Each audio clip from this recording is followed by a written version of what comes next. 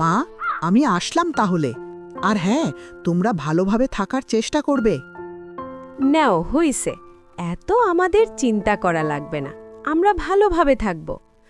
ভিন্ন রাজ্যে তুমি প্রথমবার একাই যাচ্ছ, একটু ভালোভাবে যেও বাবা। আমার খুব চিন্তা হচ্ছে। চিন্তার কোনো বিষয় নেই গগিন্নি।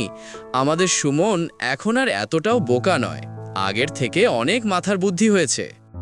হ্যাঁ মা, বাবা একদম ঠিক কথা বলেছেন। তার মধ্যে তামিলনাড়ু পৌঁছে গিয়ে ভালো কাজ পেলে তোমাদের জন্য চিঠি লিখে পাঠাবো। আহা, আবার মন খারাপ করে বসে আছে। এখন একটু হাসো তো দেখি। এই নাও, এইখানে কিছু শুকনো খাবার বেঁধে দিয়েছি, রাস্তার মধ্যে খিদে পেলে খেয়ে নিবি মনে করে। আর হ্যাঁ, প্রতি সপ্তাহে সপ্তাহে চিঠি পাঠাবি। আর শোন, রাস্তায় কোনো অসুবিধা হলে পাশের লোকজনের কাছ থেকে সাহায্য নিবি। ঠিক আছে বাবা, আমি এখন আসলাম তাহলে।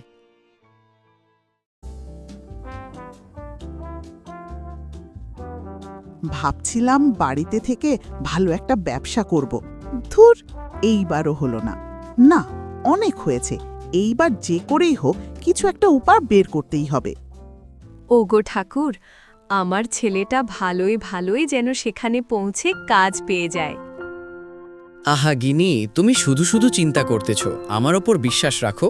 আমি যত দূরে সুমনকে চিনি, সে ঠিক কিছু একটা ব্যবস্থা করে নেবে, এবং তুমি দেখো তার সেখানে যেতে কোনো রকমই সমস্যা হবে না।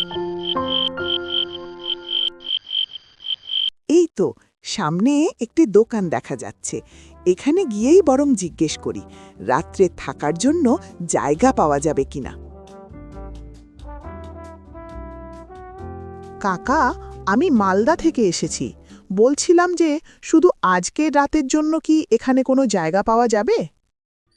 হ্যাঁ হ্যাঁ, অবশ্যই পাওয়া যাবে, তবে দাম জানো তো? এক রাতের জন্য ঘুমাতে গেলে পুরো 2 আনা লাগবে। হ্যাঁ, বলে দিচ্ছি কিন্তু। 2 আনা তো? ঠিক আছে কাকা, সমস্যা নেই। আমাকে তাহলে আগে জায়গাটি দেখিয়ে দাও যেখানে আমি ঘুমাবো। হ্যাঁ নিশ্চয়ই, তবে কত দূরে যাবে শুনি? নিশ্চয়ই বাইরের রাজ্যে। বোধহয় কোথাও কাজ করতে যাচ্ছ নাকি? হ্যাঁ গো কাকা, আমি কাজের সূত্রেই তামিলনাড়ুতে যাচ্ছি। ঘরটা খুব একটা মন্দ না, বেশ মোটামুটি ভালোই আছে। আর বেশি দেরি করব না, এমনিতেই অনেক রাত হয়ে গেছে। তাড়াতাড়ি শুয়ে পড়ি।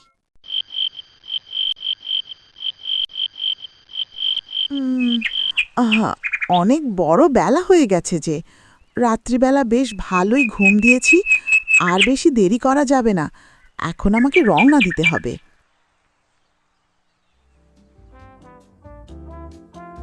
যাক বাবা, বাঁচা গেল। অনেক কষ্টের পর পৌঁছালাম। এখন যাই কোনো এক ভালো দোকানে কাজ খুঁজতে।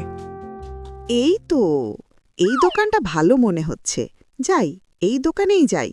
গিয়ে জিজ্ঞাসা করি কাজের লোক লাগবে কিনা। சொல்லுங்க அண்ணா, உங்களுக்கு என்ன வேணும்? আরে বাবা, এটা আবার কোন ভাষা থেকে কথা বলছে?